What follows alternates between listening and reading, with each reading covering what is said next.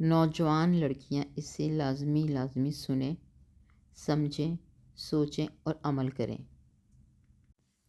ایک مرتبہ ایک بزرگ نے ایک محفل میں اپنی بند ہتھیلی کو سب کی طرف کر کے دریافت کیا، میرے ہاتھ میں کیا ہے؟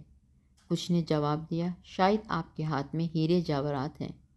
پھر ایک صاحب سے پوچھا، انہوں نے بھی کچھ سوچ کے بعد جواب دیا، شاید سونا ہے۔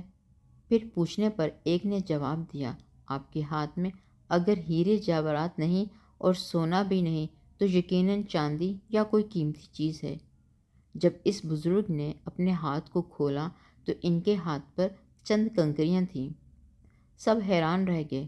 ارشاد کیا، عورت کی مثال بند مٹھی کی طرح ہے، اگر وہ بند ہے یعنی با پردہ ہے تو ہیرے جواہرات، سونا، چاندی اور اس کی بیشبا قیمت ہے، لیکن اگر وہ مٹھی کی طرح کھل جائے، بے پردہ ہو جائے تو وہ بے قیمت پتھر اور کنکریوں کی مانند ہے جس کی کوئی عزت اور قیمت نہیں۔